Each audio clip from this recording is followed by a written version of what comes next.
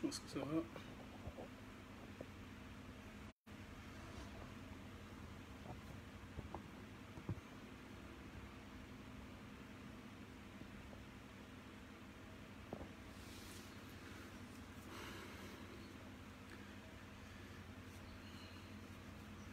Voilà, bonsoir chers inconditionnels et abonnés de Marketing TV Monde. Ok, nous revoilà pour un autre live. Voilà, je vois que les gens commencent à se connecter un peu. Monsieur Dramé est là. Ok, je pense que s'il n'y a pas de problème, si vous me voyez bien et que le son passe, il faut juste me faire signe, comme ça on pourra démarrer, il n'y a pas de souci. Ok, en attendant, pour ceux qui sont là, je pense que vous pouvez partager, comme ça on permettra à plus de personnes de pouvoir visionner la vidéo et peut-être d'en tirer quelque chose si possible. Ok, parfait, comme dit Monsieur Dramé. Voilà, donc rebonsoir à ceux qui viennent de nous rejoindre. Donc comme prévu à 17 h, on devait faire un live. Et voilà, on a eu quelques désagréments. Voilà. Technique parce que c'est mon portable qui déconne un peu. Mais sinon, voilà, je pense qu'on peut commencer. Ok, donc pour aujourd'hui, pour le live, pour ceux qui nous suivent, on nous a proposé de travailler sur un thème. Et comme vous l'avez remarqué dans les affiches, ce thème c'est essentiellement quel est le rôle du marketing dans la promotion de l'entrepreneuriat au Sénégal. Donc c'est un thème assez intéressant. Pourquoi je le dis? Donc j'ai choisi de travailler sur ça. C'était juste pour montrer à tous ceux qui nous suivent que le marketing est une discipline transversale qui s'intéresse à toutes les problématiques, donc des problématiques d'ordre économique que des problématiques d'ordre social. Parce que la remarque que j'ai faite, c'est que lorsque les gens parlent de marketing, en général, les autres pensent que c'est juste arnaque du client, conquête du client, faire du profit. Donc le marketing, c'est une discipline qui s'intéresse à toutes les formes de problématiques, comme je viens de dire. Donc des problématiques d'ordre économique et social. Et c'est ce qu'on a voulu montrer à travers ce live en choisissant un thème qui porte sur l'entrepreneuriat. Donc, à travers ce live, qu'est-ce qu'on va essayer de faire? Bon, on va essayer de voir au plan marketing, puisque c'est un thème qui interpelle beaucoup les jeunes, qu'est-ce qu'on pourrait mettre en place comme stratégie pour promouvoir l'entrepreneuriat au niveau des jeunes. Et je pense que c'est une problématique centrale parce que ça concerne essentiellement la frange la plus importante de la population, à savoir les jeunes qui représentent pratiquement plus de 53% pour les plus âgés de 15 à 60 ans. Donc pour introduire ce thème, j'aimerais revenir sur des notions et des concepts assez simples. En parlant du marketing de l'entrepreneuriat, on est sur une branche du marketing qu'on appelle le marketing social. Et à travers cette dimension du marketing social, ce qu'on va essayer de voir, c'est comment faire en sorte pour que les jeunes Sénégalais puissent changer de comportement et aller vers l'entrepreneuriat. Et comme je l'avais dit dans le premier live, en marketing, le produit il est assez large. Parce que lorsqu'on parle de produit, les gens pensent uniquement biens et services. J'avais dit ici que l'idée est un produit. Le comportement est un produit. Et aujourd'hui, spécialement, on va parler du marketing du comportement, on va parler de marketing des idées. Quel est le comportement qu'on veut vendre aux jeunes? C'est un comportement concernant à entreprendre. Maintenant, pour réussir à le faire, comment on doit s'y prendre au plan marketing? La démarche, elle ne change pas, comme j'ai l'habitude de dire. En marketing, on a une et seule démarche. C'est laquelle? Si on veut inciter les jeunes à entreprendre à travers une opération de sensibilisation réussie, qu'est-ce qu'on devrait faire? La démarche, elle est toute simple. Comme je l'ai dit dans le premier live, en marketing, on commence toujours par analyser le contexte. Et dans l'objectif qu'on s'est fixé aujourd'hui, c'est ce qu'on va essayer de faire en premier. Dans le contexte, qu'est-ce qu'on peut dire de l'entrepreneuriat? Quels sont les chiffres qu'on peut avoir? Et vous verrez qu'on va faire beaucoup de marketing de chiffres, parce qu'on va utiliser beaucoup de chiffres pour analyser la situation sénégalaise. Si on réussit à cadrer le problème lié à l'entrepreneuriat et à comprendre le contexte sénégalais en termes d'entrepreneuriat, quelle est la deuxième étape à laquelle il faudra passer? On va se fixer des objectifs. Et les objectifs, en les fixant, on va être très simple. Si c'était dans le cadre d'une organisation ou d'une entreprise, on aurait procédé à un zonage. Par exemple, à supposer qu'on travaille dans la zone de Pékin, ce serait là où on allait faire l'étude. On allait dire pour l'objectif, pour la zone, on va essayer d'atteindre un taux d'activité entrepreneuriale chez les jeunes de 15 à 60 ans de 30% dans la zone de Pékin. Et vous voyez que l'objectif est très clair. Mais faisant un live, on peut que rester sur les généralités. Mais ce qu'il faudrait retenir, c'est que la démarche reste la même. c'est qu'après avoir analysé le contexte sénégalais et cadré le problème en termes d'entrepreneuriat au Sénégal, l'objectif, il va être là. Quel est le taux d'activité entrepreneuriale qu'on veut chez les jeunes pour les différentes zones qu'on a dans le pays? Si cet objectif est fixé, dans la troisième étape, on va se donner une stratégie. La stratégie, elle reste la même en marketing. Elle repose sur 3 éléments, ce qu'on appelle la segmentation, le ciblage et le positionnement. Pour la zone qui est ciblée et pour laquelle on souhaite promouvoir une activité entrepreneuriale, quels sont les critères de segmentation qui pourraient être valables? Les critères de segmentation qui pourraient être valables, ça pourrait être l'âge. Est-ce qu'on doit s'intéresser à l'entrepreneuriat en raisonnant en termes d'âge, en considérant que peut-être ce n'est pas les mêmes approches qu'il faut adopter, selon qu'on parle pour les jeunes ou pour les vieux? Ce serait un critère pertinent. Le niveau d'instruction. Est-ce que les instruits entreprennent plus que ceux qui n'ont pas été à l'école? Est-ce que les arabisants entreprennent plus que ceux qui n'ont pas été à l'école? Où se situe la problématique en termes de niveau d'instruction? Donc vous voyez qu'en parlant, je viens d'énoncer 2 critères sur lesquels on pourrait se baser pour segmenter notre cible. Parce que n'oubliez pas, on cherche à faire changer de comportement à une cible. Si l'objectif est là et qu'on a les segments cibles, et pour notre live, on va juste s'intéresser à ceux qui sont instruits, parce qu'en général, c'est ceux qui suivent le plus nos lives. Donc aujourd'hui, considérez que l'objectif du live, ce sera d'inciter tous les jeunes étudiants qui vont suivre le live à aller vers l'entrepreneuriat. Donc si la segmentation est faite et qu'on a ciblé les jeunes, donc, à savoir les instruits, les bac plus 2 et ceux qui sont dans le supérieur, parce que généralement, je vois que ce sont ceux qui suivent nos lives, on va faire un positionnement. Lorsqu'on parle de positionnement en marketing social, ça peut sembler bizarre. Parce que dans le cadre du marketing normal, lorsqu'on parle de positionnement, on cherche à se démarquer du concurrent. Mais en marketing social, c'est qui le concurrent? Le concurrent, c'est quoi? C'est tous les freins que la cible manifeste et tous les comportements antagoniques qu'il manifeste. À supposer que je dise, il y a des gens qui choisissent de ne pas entreprendre et de courir pendant 5 ans ou 6 ans derrière un emploi salarié. Donc ce sont ces gens à qui là on va essayer de faire changer de comportement. Donc retenez ici que le positionnement sera de dire acceptez d'aller vers l'entrepreneuriat parce que ce sera la seule façon de réussir et de faire réussir vos proches. Donc voilà le comportement qu'on va essayer de vendre à travers notre positionnement. Si le positionnement est fait, on va maintenant passer à ce qu'on appelle le plan marketing. Et on y reviendra plus tard parce que vous verrez que dans ma présentation, je vais donner un plan marketing très cohérent, qui va consister à un produit, parce qu'en marketing social, le produit, c'est le comportement qu'on veut vendre. Le prix du produit va être représenté par les avantages que le jeune va tirer en allant vers l'entrepreneuriat. Parce que n'oubliez pas, même en marketing social, il y a un prix. Et ce prix-là, c'est les avantages qu'il va tirer du comportement qu'on va lui vendre. La distribution va consister à choisir les canaux par lesquels on va faire véhiculer notre information et la communication à travers les campagnes de sensibilisation et le support à travers lesquels on va travailler. Mais en marketing social, ce qui est important, c'est que lorsque la stratégie va être établie, et on verra que je vais présenter une stratégie, on va aller vers ce qu'on appelle un plaidoyer. Parce que n'oubliez pas, dans cet objectif qu'on a, qui consiste à faire changer aux jeunes de comportement, quels sont les acteurs les plus influents qui pourraient nous aider à réaliser cet objectif-là?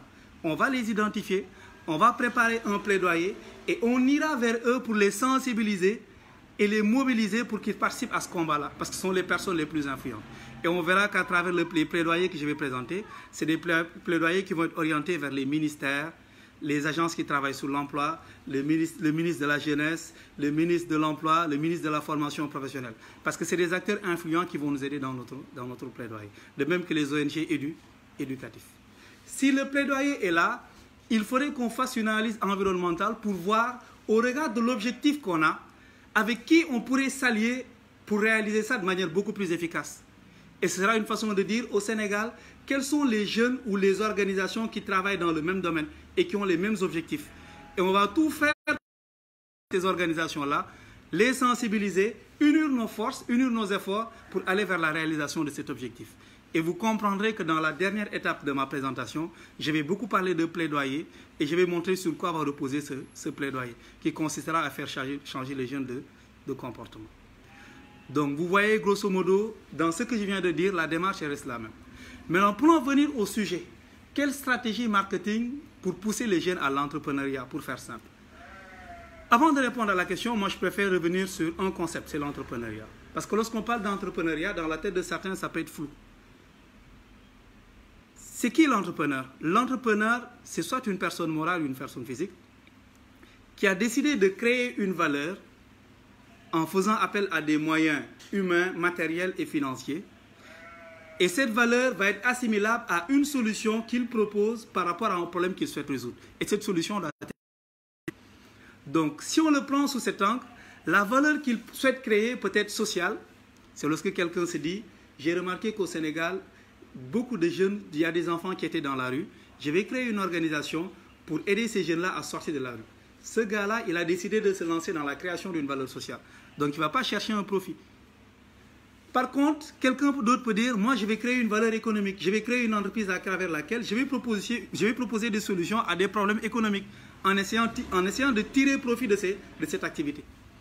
Et si on raisonne en tenant compte de ces deux formats de création de valeur, donc une création de valeur économique et une création de valeur sociale, on peut dire très simplement qu'il y a deux formes d'entrepreneuriat. Un entrepreneuriat qui est marchand, à travers lequel on cherche à faire un profit en produisant une valeur économique, à travers une solution innovante pour régler un problème. Et un entrepreneuriat social qui va chercher à créer une valeur sociale, comme je viens de le dire, en sensibilisant par rapport à des phénomènes, à des problématiques sociales. Mais pour comprendre la problématique de l'entrepreneuriat au Sénégal, tous les chercheurs sont d'accord qu'il faut travailler sur deux concepts. Ce qu'on appelle l'entrepreneuriat d'opportunité et l'entrepreneuriat de nécessité. Pourquoi il est intéressant de les différencier? Parce qu'au Sénégal, ce qu'on a remarqué à travers toutes les études que j'ai eu à analyser, c'est qu'il y a des jeunes qui entreprennent parce qu'ils n'ont pas le choix. Des gens qui ont cherché un emploi ou qui se sont rendus compte qu'à travers l'emploi qu'ils avaient, ce n'était pas bien rémunéré et qui ont choisi d'aller vers l'entrepreneuriat. On va considérer que c'est des gens qui ont choisi un entrepreneuriat.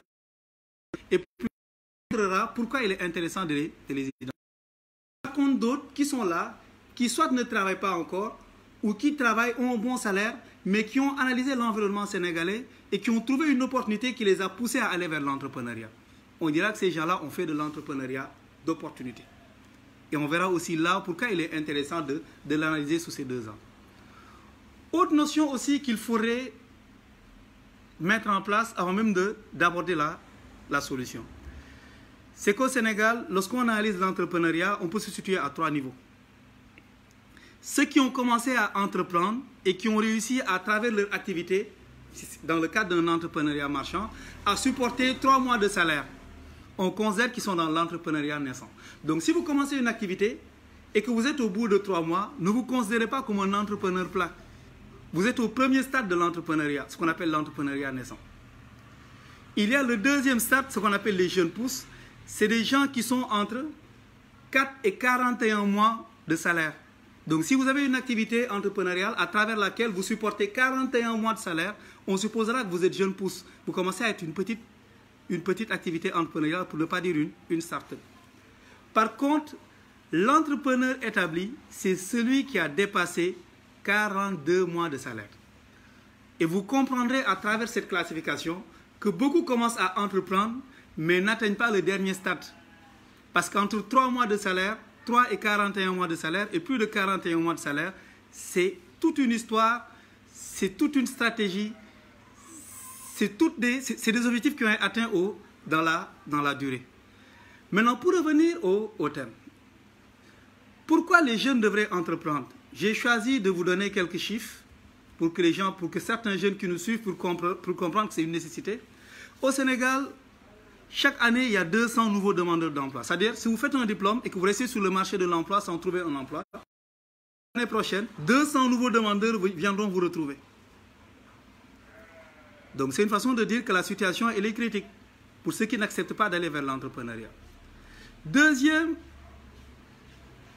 information qu'il faudrait avoir concernant la nécessité d'entreprendre, c'est que toutes les études réalisées par l'ANSD ont montré que sur 53,9% d'actifs, 39,1% ont un emploi. Et sur 8 millions d'actifs, et les actifs, je ne reviens pas à la définition, c'est ceux qui cherchent un emploi, qui ont un diplôme, qui ont des compétences et qui sont là disponibles. S'ils sont 3 millions, s'ils sont 8 millions, seuls les 3 millions réussissent à trouver un emploi, salarié ou non salarié. Ça veut dire que sur les 8 millions, les 5 millions vont chômer. Autre information qu'il faudrait avoir. Pour les Bac plus 2 et les diplômés du supérieur, le taux de chômage est à 41%. Donc c'est eux qui souffrent pratiquement le plus du chômage. Et ça se justifie par le fait que le secteur qui recrute le plus dans notre économie, c'est le secteur primaire. Et tous ces jeunes qui ont été formés au Bac plus 2 et dans le supérieur, c'est des gens en général qui n'ont aucune compétence dans ce domaine. Donc juste pour dire que c'est un problème qui se pose. L'agriculture, la sylviculture et la pêche, c'est 31,8% de l'emploi. Ça veut dire quoi?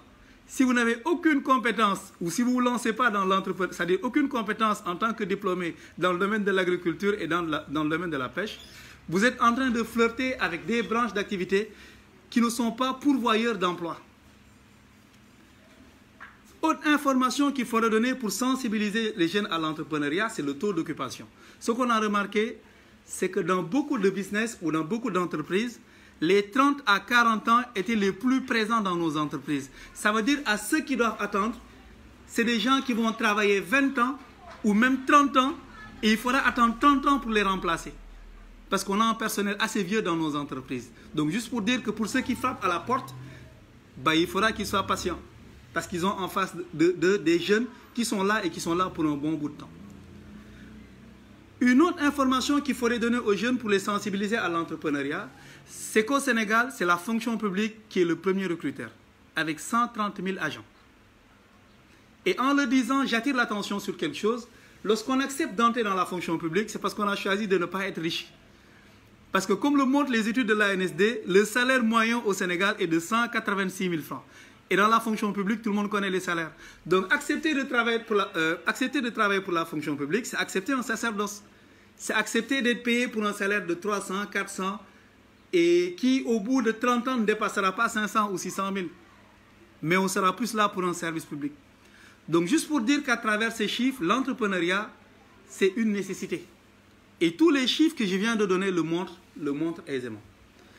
Maintenant, si on a montré que l'entrepreneuriat est une nécessité, pour être cohérent dans notre démarche, qu'est-ce qu'il faudrait faire? J'avais dit que dans la première démarche marketing, première étape de la démarche marketing, on commence toujours par le diagnostic. Essayons de faire un diagnostic de l'environnement sénégalais pour comprendre la situation entrepreneuriale qu'on a au Sénégal. Et là, je vais illustrer par des chiffres.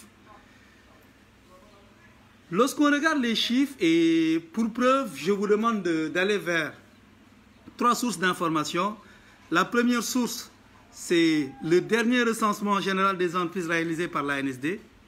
Il y a une autre source constituée du dernier rapport d'études réalisé par un laboratoire de l'université spécialisé dans la GRH et dans l'entrepreneuriat.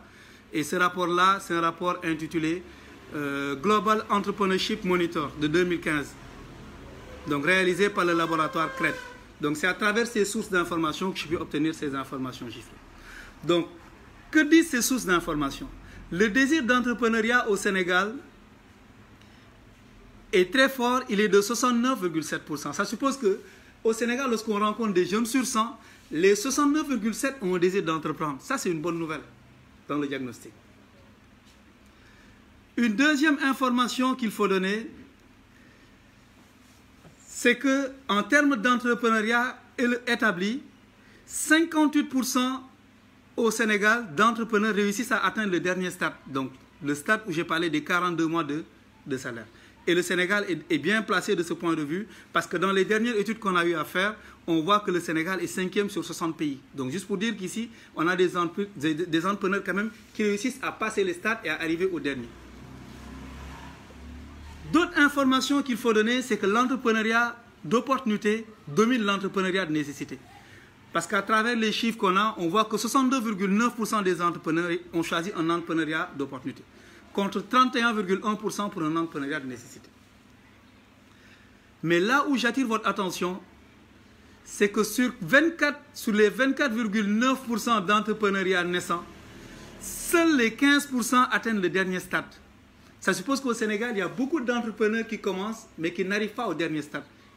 Et les chiffres sont vraiment dramatiques. C'est pratiquement plus des 2/3 qui n'arrivent pas au stade d'entrepreneur établi. Et ça, c'est une information à noter. Dans le diagnostic que j'ai eu à faire, j'ai remarqué que les petites et moyennes entreprises au Sénégal, pratiquement, c'est 99,8%. Et dans ces 99,8%, c'est 81,8% qui représentent les entrepreneurs. Juste pour dire qu'au Sénégal, les gens entreprennent. Ça aussi, c'est une information qu'il faut donner. Quelles sont les activités les plus dynamiques en termes d'entrepreneuriat? Les études ont montré que les activités les plus dynamiques sont constituées du commerce, qui représente pratiquement 40,3% du chiffre d'affaires et représente 32,8% des travailleurs. Et ça se comprend. Lorsqu'on est dans un pays sous-développé où il n'y a pas d'industrie, beaucoup de jeunes choisissent d'aller dans des pays comme la Chine, acheter des produits pour les importer pour pallier au déficit de production industrielle. Et ça, c'est très logique. Parce qu'il y a beaucoup de produits que les Sénégalais souhaitent et qu'ils n'arrivent pas à trouver sur le marché. Et on le voit bien à travers les accessoires qui sont vendus dans nos marchés, les accessoires de portable et les produits qui sont proposés dans les pages Facebook. Généralement, c'est des produits à 90% qui sont importés. Parce que nous, notre tissu industriel, c'est essentiellement le phosphate et les industries agroalimentaires. Autre élément du diagnostic que j'ai eu à faire, c'est qu'au niveau de l'État, on a mis en place un dispositif énorme pour accompagner les entrepreneurs.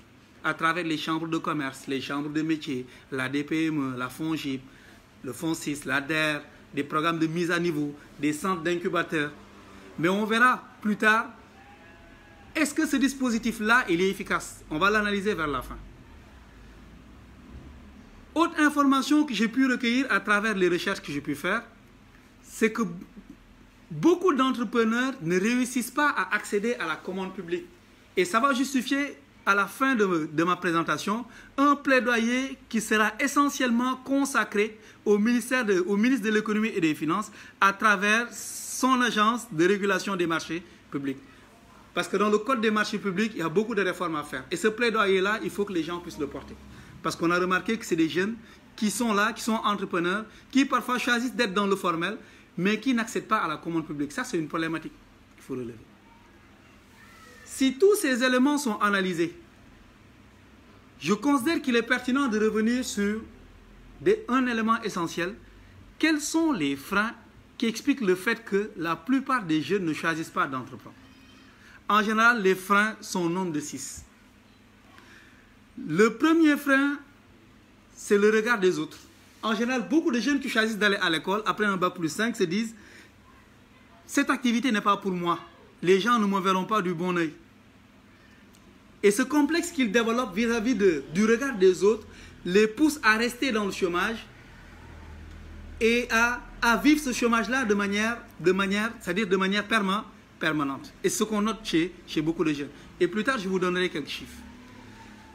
Un deuxième élément qui explique les freins que les jeunes ont à l'entrepreneuriat, c'est la conception qu'ils ont de la réussite. Pour beaucoup réussir, c'est être derrière un bureau, être en costume-cravate. Et je donne l'exemple de mon ami qui est comptable et qui a choisi de se lancer dans l'élevage de porcs et qui est appelé par ses amis Baimbam.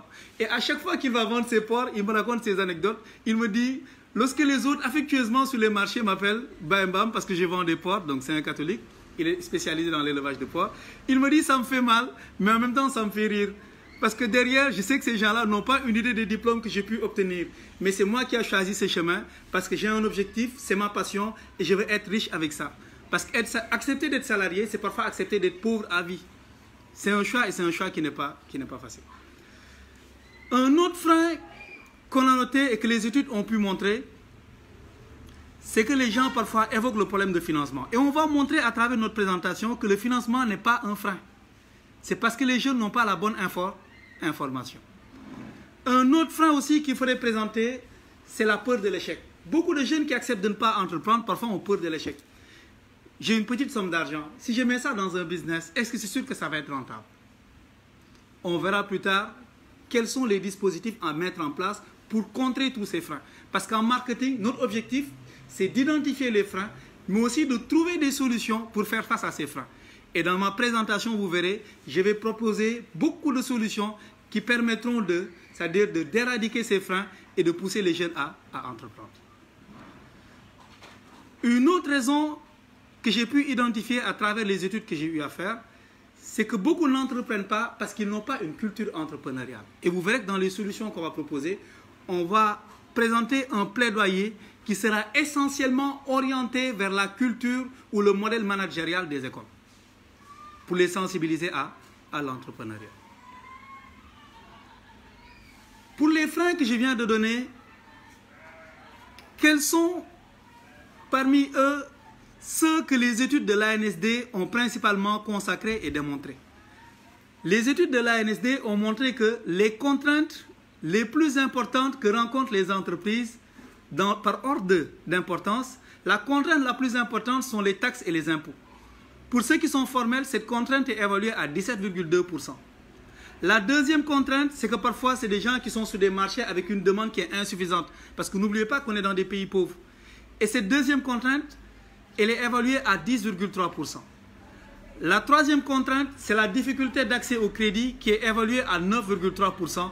Il y a d'autres contraintes comme le manque de local adapté, la difficulté d'accès aux structures d'appui des entreprises, la difficulté d'accès à une main-d'œuvre de qualité, etc.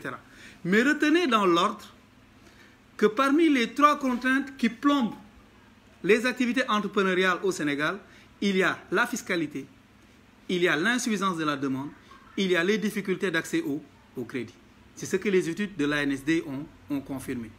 Et je vous demande d'aller au dernier recensement général des entreprises que l'ANSD a réalisé dans les années 2017 et dont les résultats sont disponibles sur Internet. Maintenant, si le diagnostic est fait et qu'on a une idée de la situation et du contexte et qu'on a fait un cadrage de la problématique de l'entrepreneuriat au Sénégal, on a identifié tous les freins que les jeunes rencontraient et qui expliquaient le fait qu'ils n'étaient pas intéressés parfois par l'entrepreneuriat ou ils avaient peur de se lancer. Quelles sont maintenant les solutions qu'on pourrait proposer pour les inciter à l'entrepreneuriat? J'avais dit ici qu'en marketing social, lorsqu'on parle de stratégie en marketing social, on revient sur un élément clé qui est le plaidoyer. Et le plaidoyer, c'est un discours qu'on va porter aux acteurs les plus influents et pour lesquels on a identifié qu'ils avaient la possibilité d'agir et de contrecarrer tous les obstacles qu'on a identifiés dans notre analyse environnementale, pour ne pas dire dans notre diagnostic. La première solution que j'aurais à proposer, c'est concernant le plaidoyer sur le modèle managérial de nos écoles et qui va reposer essentiellement sur la culture. Toutes les études que j'ai eu à faire avec un benchmarking, avec le meilleur modèle en termes d'entrepreneuriat, qui est le modèle américain, à travers même l'expression qui est utilisée, on parle de start-up, c'est que dans les pays américains, si les jeunes entreprennent, c'est parce que dès à l'école, dès le bas âge, ils ont été préparés à ça. Et je vais expliquer. En réalité, on ne naît pas entrepreneur, on le devient. Au Sénégal, dans la façon de manager nos écoles, on laisse nos élèves en classe, c'est des calculs, de la lecture, de l'écriture, des problèmes. Mais dans le dispositif managérial, il n'y a aucune intelligence qui est intégrée dans l'approche stratégique pour inculquer ces valeurs entrepreneuriales aux jeunes. Qu'est-ce que je veux dire par là? Regardez le produit sénégalais qui sort avec un bac plus 5. En général, c'est un jeune qui n'entreprend que par nécessité pour la plupart. Pourquoi je le dis? Parce que dans tout son cursus, il n'a pas été préparé à ça. On l'avait enfermé dans une classe, c'était des trucs, calculs quotidiens, de 8h à 17h, avec de la lecture, et aucune valeur entrepreneuriale, ou aucune valeur d'un leader ou de quelqu'un qui doit proposer des idées et être créatif. Qu'est-ce que je veux dire par là?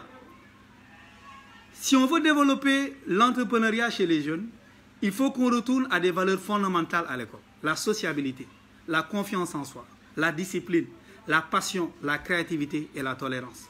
Maintenant, comment faire en sorte pour travailler ces valeurs et les inculquer à nos jeunes?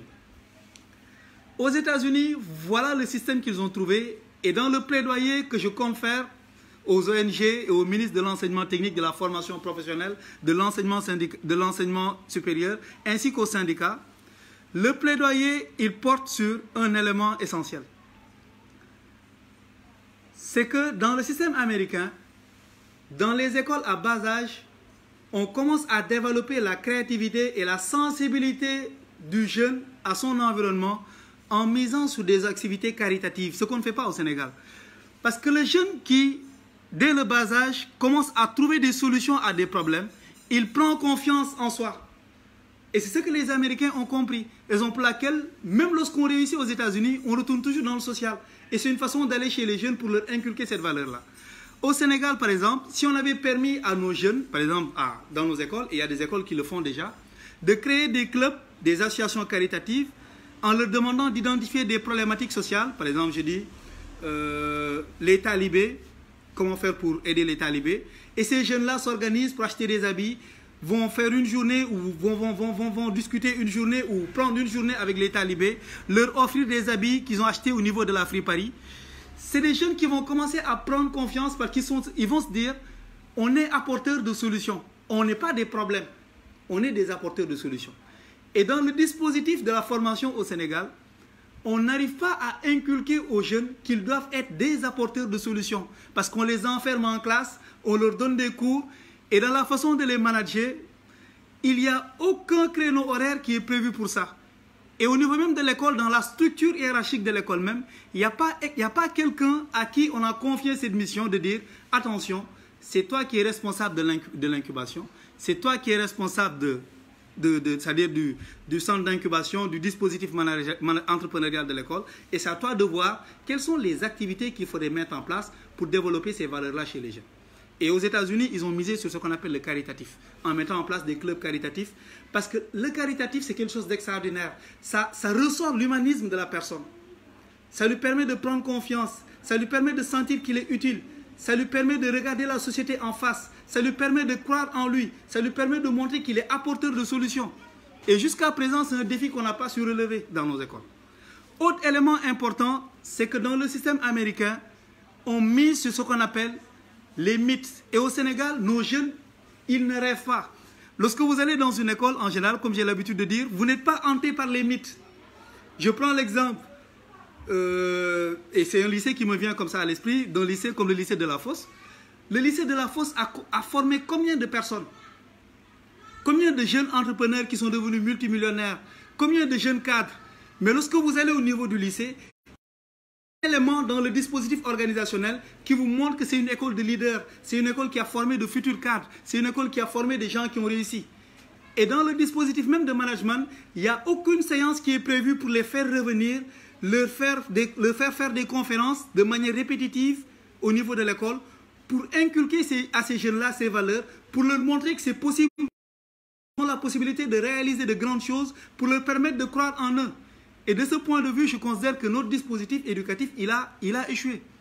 Dans le système américain, vous n'irez jamais dans de grandes universités où vous ne verrez pas des musées ou des séries de conférences qui sont organisées pour faire venir de jeunes entrepreneurs qui sont partis de rien et qui ont réussi à créer de très grandes choses pour permettre à ces étudiants de se dire « Moi, je suis dans la même classe que Michael Jordan, puisqu'il est devenu milliardaire, moi aussi j'ai la possibilité de le faire. » Et en allant visiter les musées, on voit des photos de personnalités qui étaient là et qui ont eu à réussir. C'est une façon de leur vendre un mythe.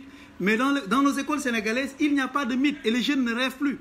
Donc de ce point de vue, plaidoyer à faire au niveau des ministères pour qu'on revoie le modèle de management de nos écoles. Parce que dans nos modèles managériels, on recrute des directeurs sur la base de l'ancienneté. Et ce n'est pas forcément de bons managers qui ont été préparés. Et qui devraient comprendre que dans leur façon de manager, ça ne devrait pas s'arrêter à faire des cours de 8h à 17h, mais il faudrait avoir des stratégies et des dispositifs qui devraient pousser les élèves à adopter ces valeurs. Donc voilà le premier plaidoyer qu'il faudrait faire. Et ce plaidoyer, il faudrait l'adresser au ministre de l'enseignement technique, au ministre de la formation professionnelle, au ministre de l'enseignement supérieur, aux syndicats et aux mouvements de jeunes, pour que tout un chacun puisse y mettre du sien pour qu'on puisse réussir cela. Un autre élément important aussi qui pousse les jeunes à entreprendre, si on fait un benchmarking concernant le modèle américain, ce sont des rites. Et dans les rites, c'est des séries de conférences. J'ai donné l'exemple tout à l'heure. Dans nos écoles, lorsque tu parles de conférences, les gens pensent que tu es en train de rêver parce qu'ils sont là pour les diplômes. La formation, comme j'ai dit, les compétences, c'est un savoir, un savoir-être, un savoir-faire. Et forcément, à travers des rites, des séries de conférences, ce sont ces rites-là qui vont permettre aux jeunes de dire « Attention, c'est possible ». Et ils vont se reconnaître à travers d'autres personnalités. Et ça va servir de source d'inspiration pour eux. Donc, juste pour dire que dans notre modèle culturel, il faudrait revenir sur 3 éléments essentiels. Créer des mythes dans nos écoles, les représenter à travers des organisations et des rites, revenir sur des valeurs fondamentales à travers des programmes caritatifs, des clubs, revenir aux clubs. Et là, je donne des exemples, associations caritatives, des clubs sportifs. Parce que le sport est un élément important qui développe le leadership. La danse, les jeunes sont passionnés de danse. Pourquoi dans nos écoles, il n'y a pas des clubs de danse et des heures qui sont prévues pour ces jeunes pour développer leur créativité? Parce que n'oubliez pas, pour entreprendre, on a besoin de créativité. Est-ce que cette créativité, on réussira à donner ça à nos jeunes en les laissant dans les classes, en leur donnant des livres et des cahiers et en organisant des devoirs de 8h à 17h? Il faudrait qu'on revienne sur ce dispositif. L'art, pour développer la créativité, organiser des cours d'art pour leur permettre de sortir leur créativité, des clubs artistiques qui feront du théâtre, un travail collaboratif, changer la façon de disposer nos tables bancs dans nos classes. Et ça, c'est un plaidoyer que je fais. À chaque fois que j'entre dans les classes et que je vois la façon dont les élèves sont, ou les étudiants sont assis devant leur maître, c'est une façon de leur montrer qu'ils n'ont rien à apprendre au maître. C'est le maître qui est là pour tout donner. Et ce dispositif-là, il faut le casser pour permettre aux jeunes de croire en eux.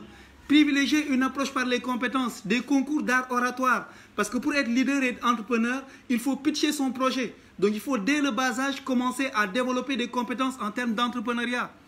Promouvoir l'entrepreneuriat au primaire. Et il y a beaucoup d'écoles et beaucoup de pays qui ont réussi à le faire.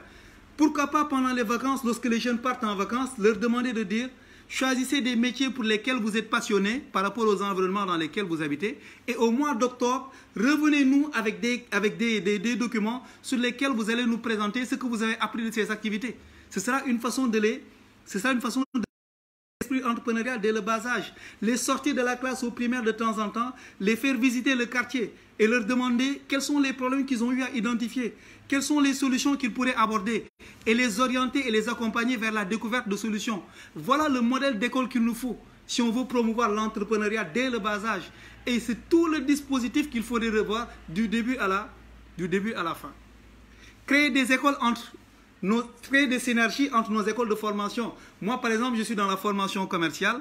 À côté de la formation commerciale, il y a la formation technique. C'est des jeunes qui sont habilités à faire des machines, mais qui n'ont aucune compétence commerciale. Et dans la façon de manager nos écoles, on n'a créé aucune synergie entre ces écoles-là.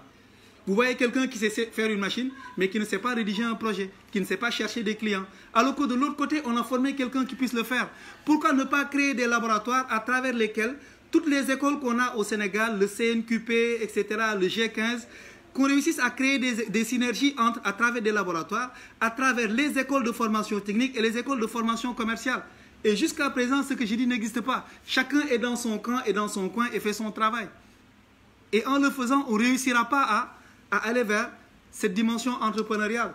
Revoir la structure de nos écoles.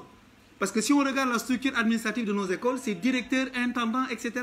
Mettre en place dans le dispositif un responsable du centre d'incubation, un responsable de l'enseignement qui va voir quelles sont les activités qu'il faudrait organiser au cours de l'année pour développer ces valeurs-là chez les jeunes, ce qui n'est pas encore fait.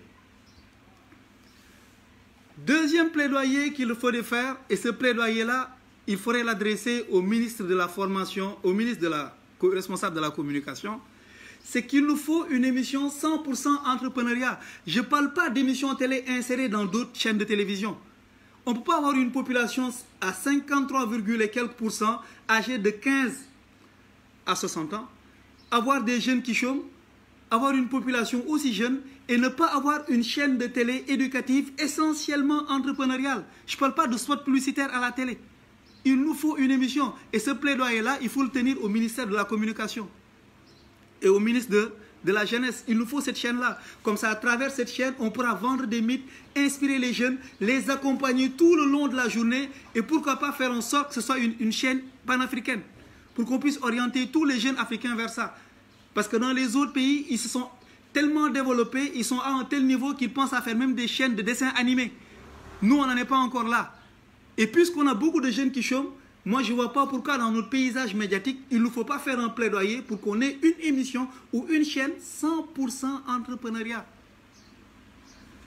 Un deuxième plaidoyer qu'il faudrait faire, et ce plaidoyer, il a été déjà fait, et je pense qu'il a été réussi, c'est que dans les contraintes que j'avais élaborées, il y avait un élément essentiel qui reposait sur la fiscalité. Donc, le plaidoyer dont je veux parler, c'est le plaidoyer qui repose sur l'allègement des taxes et des impôts et les formalités administratives pour les très petites entreprises. Et ce plaidoyer, il a été déjà fait parce qu'on voit que des efforts ont été faits pour faciliter au plan fiscal la création des entreprises aux entrepreneurs.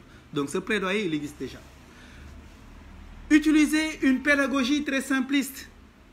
Parce que lorsque vous voulez pousser quelqu'un en l'entrepreneuriat, parfois vous n'avez pas besoin de mettre l'accent sur des idées extraordinaires. Et moi, j'essaie de le faire, à chaque fois ça marche. Dans mes classes, par exemple, pour faire le marketing de l'entrepreneuriat, je prends un exemple très simple qui repose sur ce qu'on appelle l'effet multiplicateur de l'investissement. Et à travers cet exemple, qu'est-ce que j'essaie de faire? Je dis aux jeunes, prenez une entreprise qui démarre avec 10 000 francs. Vous divisez par 5, ça vous fait 5 fois 2 000 francs. Vous achetez 5 produits. Et avant d'acheter les 5 produits, vous prenez un petit tableau. Avant d'acheter le produit, vous identifiez 5 personnes qui pourraient être intéressées par le produit. Tant que 5 personnes ne sont pas identifiées dans votre entourage direct et indirect, le produit ne devra pas être acheté. Si les 5 produits sont achetés pour 2 000, sur chaque produit, on va chercher une marge de 500. Ça fera 2 500. Maintenant, je leur dis que puisqu'un chef d'entreprise, il travaille sous pression, vous aussi, vous allez travailler sous pression. Et travailler sous pression va vous amener à vendre les 5 produits à 2 000 francs au bout de 2 jours. Donc, si les 5 produits sont vendus au bout de 2 jours, ça nous fera un bénéfice de 2 500 tous les 2 jours. Et je fais un calcul très simple en leur disant, ils me disent 2 jours, je dis c'est réalisable. Dans l'année, il y a 365 jours. Si on divise les 365 par 2, ça fait 182 jours. Si on multiplie les 182 jours par les 2500 qu'on a réalisés sur les 5 produits, ça nous donne 456 000 francs. Et c'est une façon très simple de leur montrer que mes 10 000 francs ont produit un bénéfice annuel de 456 000. Donc imaginez 10 000 francs donnés à 5 personnes, ça fera 5 fois 456 200. Et je leur montre pourquoi entreprendre n'a rien à voir avec travailler pour les autres. Et c'est une façon très simple de les sensibiliser à ça. Une autre solution sur laquelle il faut travailler si on veut inciter les jeunes à l'entrepreneuriat, c'est que pour entreprendre, il faut deux éléments. La bonne information, identifier une demande et trouver une solution à un problème qui est là pertinent.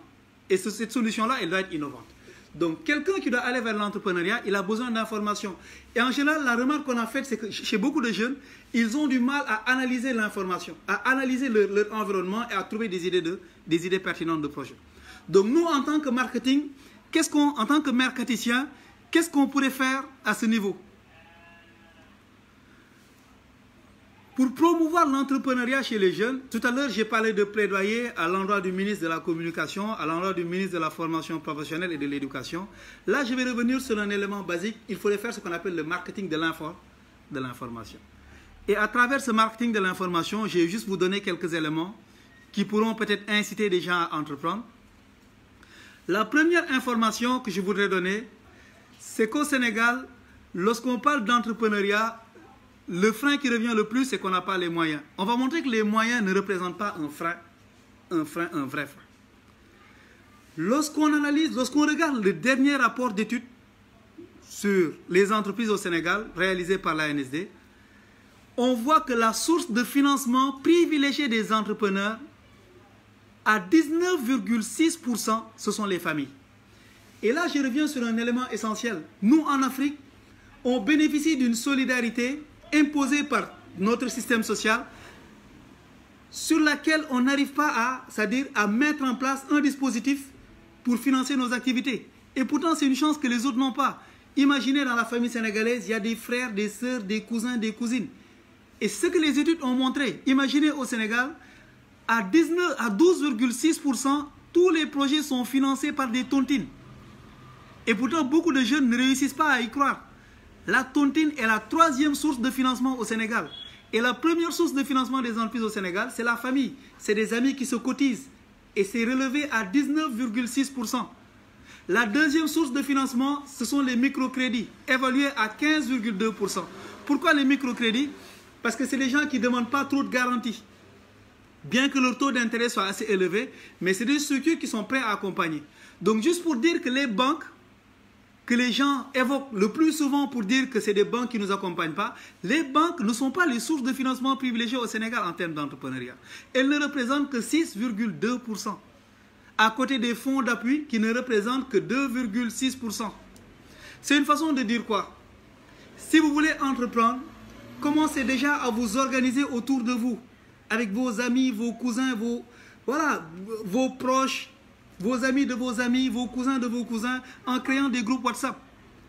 Imaginez sur une base de 10 000 francs par mois, ou 20 000 ou 50 000 francs par mois, un groupe WhatsApp avec des cousins à travers voilà, des tours de famille, des cousins qui représentent peut-être une cinquantaine, 50 avec 50 000 par mois, ça fait 2 500 000. Donc ça suppose que sur 50 mois, chaque cousin va recevoir 2 500 000 pour commencer son business. Donc désormais, ce qu'il faudrait dire aux jeunes, et les études l'ont bien montré, il ne faudrait pas qu'ils se rapprochent même des banques. Il faudrait qu'ils commencent à travailler sur des tontines et commencent à valoriser les relations amicales comme source de financement. Un autre élément sur lequel il faut revenir, c'est qu'au Sénégal, les entreprises individuelles représentent 82,3% et les GIE 9,5%. C'est une façon de dire quoi? Lorsqu'on parle aux jeunes en leur disant « entreprenez », ils disent qu'en général, ils regardent les entreprises qui sont à côté des bâtiments, de très grandes structures et ils disent « nous, on n'aura pas la chance de tenir face à ça ». C'est une façon de dire que les SA, lorsqu'on les compte au Sénégal, elles ne représentent que 2,1%. Les SARL, c'est 3,6%. Les 82,3% des entreprises au Sénégal, c'est des entreprises individuelles.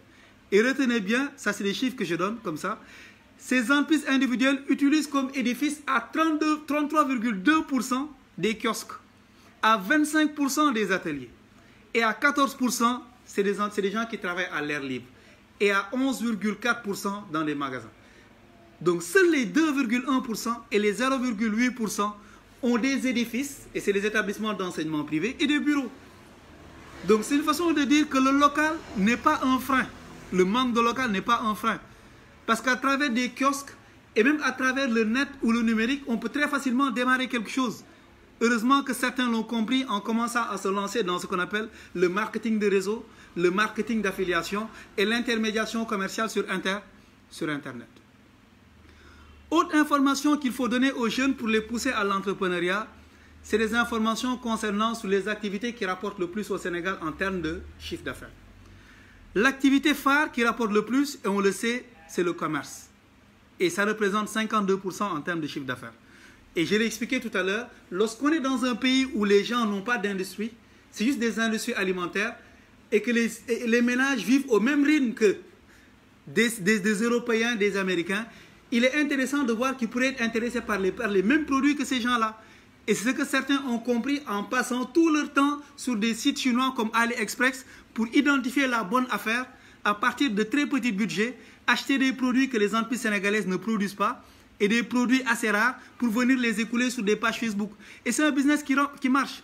Donc tant que notre niveau d'industrie sera à ce niveau aussi faible, ce business-là sera aussi rentable.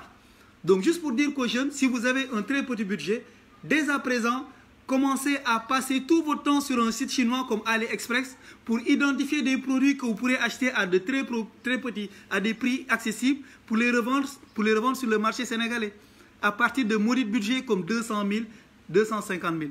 Là où va porter votre innovation et votre intelligence, ce sera sur le choix des produits que vous allez identifier. Heureusement que certains l'ont compris. Et vous remarquerez que sur Internet, vous voyez beaucoup d'entreprises qui se présentent comme de très grandes entreprises à travers des pages Facebook, qui vendent des articles de sport. Et pourtant, tous ces articles-là viennent de la Chine.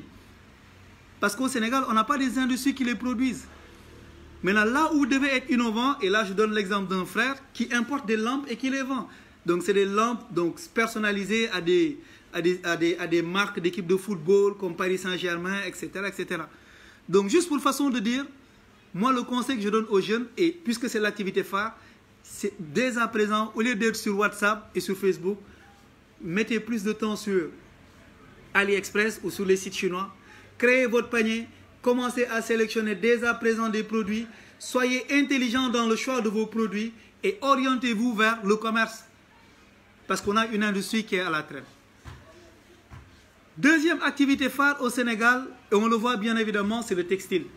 Et on voit pourquoi beaucoup de jeunes sont dans la mercerie, tout ce qui tourne autour du tissu.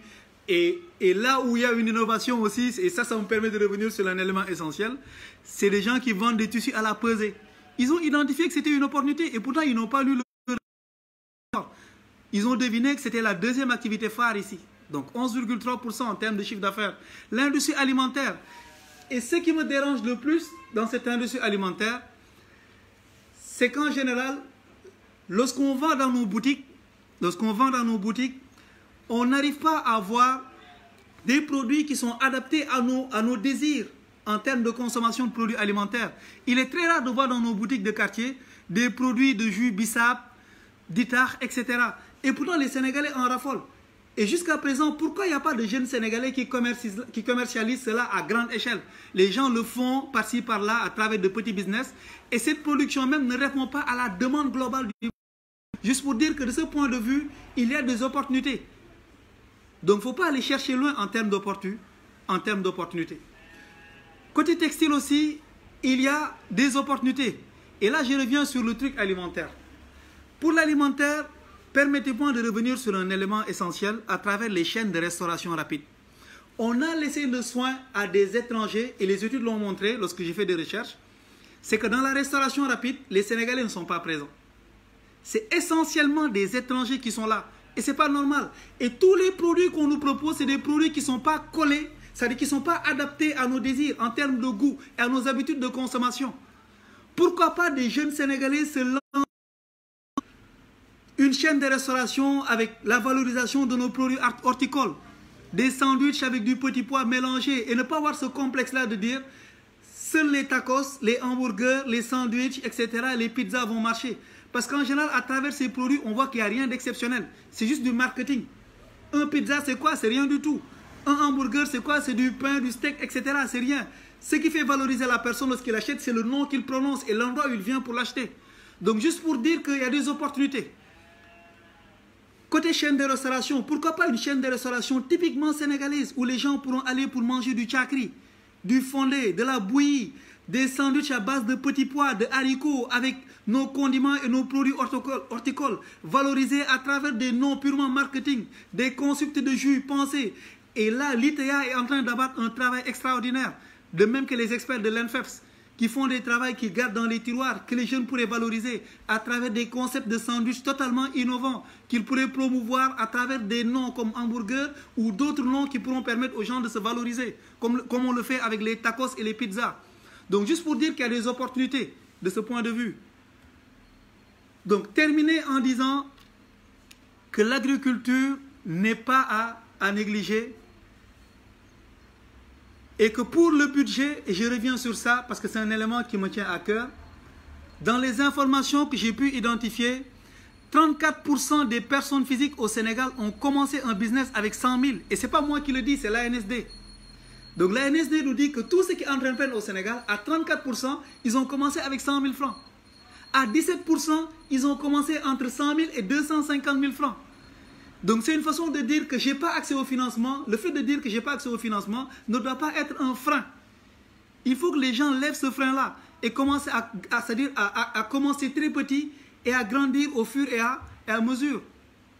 Et beaucoup de jeunes qu'on voit ici et beaucoup de Babacar Ngom, etc., on peut citer autant d'exemples, Diallo Pitch, etc., c'est des gens qui ont commencé avec de très petites sommes et qui ont réussi à faire de très grands business.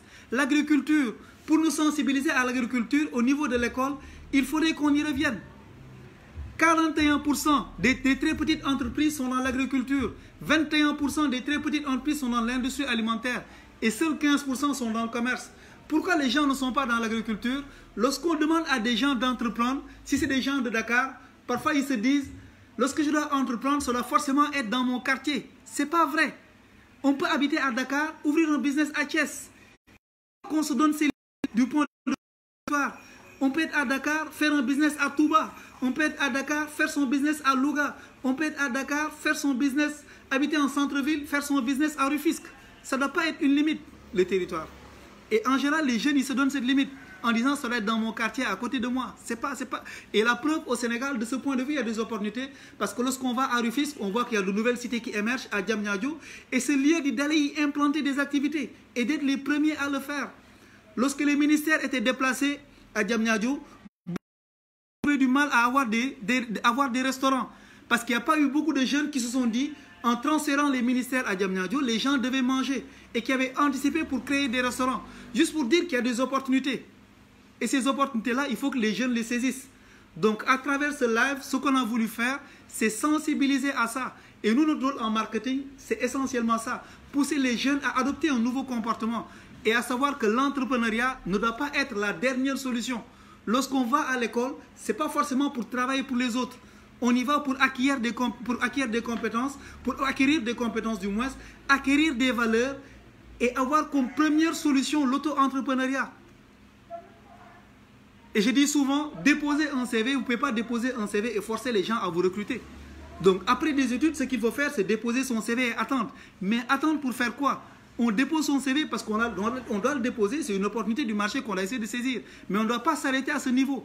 On doit déposer son CV et se lancer. Si on nous appelle pour un emploi et qu'on se rend compte qu'en faisant le pour et le contre, l'activité qu'on avait démarrée était beaucoup plus rentable, on laisse la proposition de l'autre côté et on continue. Si on se rend compte que l'autre proposition est beaucoup plus importante, pourquoi pas cumuler les deux et confier ça à quelqu'un d'autre? Donc juste pour dire que l'entrepreneuriat ne doit pas être une solution de rechange. Ça doit être la première solution. Et vous m'excuserez si en parlant d'entrepreneuriat, je m'emporte un peu, je perds même mes mots parce que je suis tellement passionné et lorsque je fais mes études me poussent à avoir un certain nombre de choses et moi-même j'ai des regrets. Pourquoi lorsque j'ai été au lycée, au primaire et à l'université, je n'ai pas rencontré le prof qu'il fallait, qui allait susciter cet éveil chez moi et qui allait me faire comprendre que c'était la première solution que je devais adopter. En réalité, je ne devais même pas travailler pour les autres. Je devais commencer à entreprendre. Parce qu'on est dans un pays où rien n'a encore été fait. Vous allez à Thiès, vous voyez les terrains qui sont là, vagues, où il n'y a rien de disponible. Et je taquine même mes étudiants en disant, Thiès a eu son premier bus, et c'est une façon de les taquiner, mes amis thiessois, avec Ablaye Wade, des Tata. Dire que le transport, c'est une opportunité aussi. Vous avez vu les Jakarta. Et si on fait du benchmarking en comparant le système de transport dans les pays développés ou dans les pays asiatiques, on voit que les gens même se déplacent maintenant avec des scooters. Pourquoi pas, d'ici quelques années, voir à l'intérieur de la capitale, puisque tout le monde est à Dakar, voir les gens se déplacer en scooter. Juste pour dire qu'il y a des opportunités. Il faut juste qu'on y réfléchisse et qu'on aide les jeunes à voir réellement les opportunités et les idées de projets et les solutions qu'ils pourraient apporter par rapport à des problèmes qui sont précis et qui sont là, nombreux, pour lesquels on n'a pas encore de solution. Donc voilà ce que j'avais à partager avec vous sur le thème. J'espère que pour certains, ça leur servira à changer de comportement. C'était juste un plaidoyer, comme je dis en marketing social. Lorsqu'on défend un truc, lorsqu'on veut pousser les jeunes à changer de comportement, il faut un plan marketing, bien évidemment, une communication. On n'a pas réussi à le faire à travers ce live parce que ce n'était pas le lieu de présenter des affiches publicitaires pour des sensibilisations, de parler de canaux de communication. Mais juste pour dire qu'ici, on s'est arrêté sur un élément clé de la stratégie en termes de marketing social et c'était le plaidoyer. Donc je vous remercie et voilà, je ne sais pas si vous avez des questions ou des interpellations concernant le thème. Maintenant, pour ceux qui veulent avoir le document que je viens de présenter, parce que c'est une recherche que j'ai eu à faire, parce que le thème me passionne vraiment. Il n'y a aucun problème. Je pense que voilà, vous pourrez m'envoyer un message et voilà, de ce point de vue, je pourrais partager. Comme ça, peut-être ça vous servira à avoir des informations sur des opportunités et sur des informations concernant l'entrepreneuriat au Sénégal. Donc, s'il n'y a pas de questions ou des interpellations, je pense que on a fait assez de temps ensemble et c'était un plaisir de vous voir sur le live et en espérant que ça aura servi à des jeunes qui ont eu écouté à se lancer après ce live. Je vous remercie pour votre présence et voilà, votre soutien, vos encouragements, comme je le vois. Donc, Ibrahim Ndiaye pour ce message. Donc, on a juste essayé de jouer notre carte. Peut-être que ça a marché pour certains, on ne sait pas pour l'instant l'effet que ça a eu sur beaucoup d'entre vous. Mais en tout cas, on souhaite que voilà, c'était un bon plaidoyer, que ça vous servira pour le futur. On vous remercie, je vous remercie et à la prochaine.